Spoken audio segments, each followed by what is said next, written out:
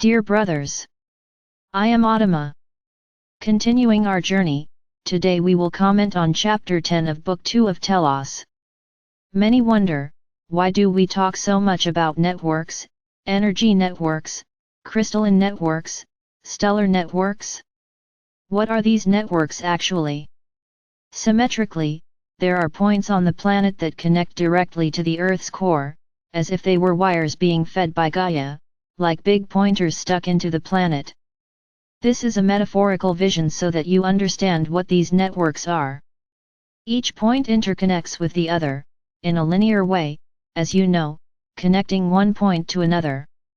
Imagine that there is a thread connecting one point to another, and all the points are interconnected, none are left out. If you expand your thoughts, you will see that a large network will be formed around the planet. And that's really what happens. It's the networks that exist around Gaia. And I would say they exist throughout the universe. Each planet, each orb, connects with another great universal network, with the networks of its galaxy, with the networks of the great central sun, and that is where all energy expands. Right now, this great grid around the planet is being charged with a lot of energy. And who generates the energy for this network? The Earth's crystalline grid. Although many think that because crystals are just stones that do nothing, crystalline beings are responsible for all the maintenance of this large network on the planet. And today they are tasked with making this network increase its power even more. Imagine a device that you have on the surface plugged into the socket.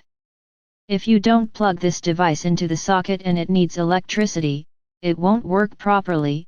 For it to work, you need to connect it to electricity. I will draw a parallel between us.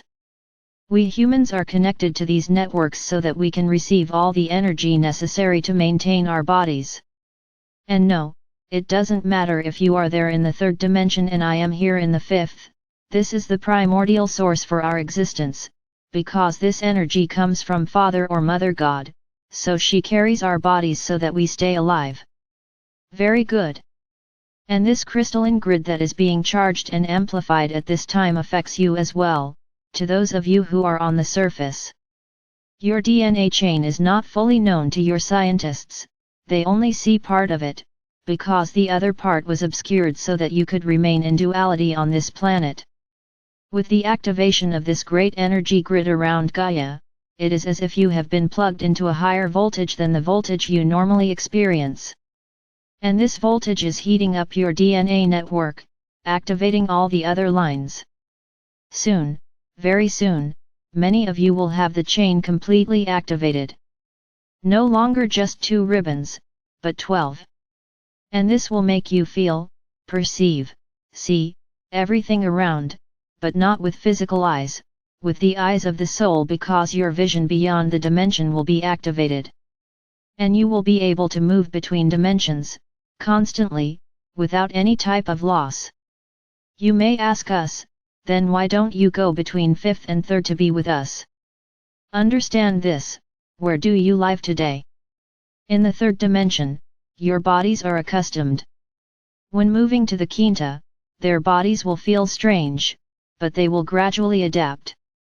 But the great property of remaining in tercera will continue to exist. Then you will be able to come to the 5th dimension, yes, but for a short time yet, because your bodies will not be ready to receive so much energy in such a short space of time. And when I say bodies, I mean physical bodies, not astral bodies. Likewise us. Our usual environment is the 5th dimension. Can we go to the 3rd? We could, but it would be very exhausting for us, it would be very painful to enter a lower vibration than ours. So we prefer, as I have already said, to meet halfway, in the 4th dimension, which is halfway for us and halfway for you. So right now, the activation of these networks around the planet is bringing about the entire evolution of your bodies.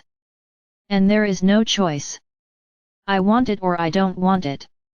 Everyone is being affected by the transformations. Do not understand that with this everyone will ascend. I would say that everyone can ascend, if they want, because ascension does not just depend on a crystalline body, it depends on the heart, it depends on your will, and on your behavior towards what is around you. I would tell you that right now, this great energy that is on the planet comes from the crystalline beings, the Brotherhood of the Rose. So each of you can make your connection, all it takes is a simple stone, however small, but it could be the contact with this great kingdom. Prepare the stone, and leave it in a place that only you can access. Say to the stone, "You are my connection to the crystalline beings." Nothing more. Just wait. And every now and then you might look at that rock and something come to mind. Don't think it's silly, you asked for a connection and it will happen. The closer you are to the crystalline beings, the more your bodies will be ready for change.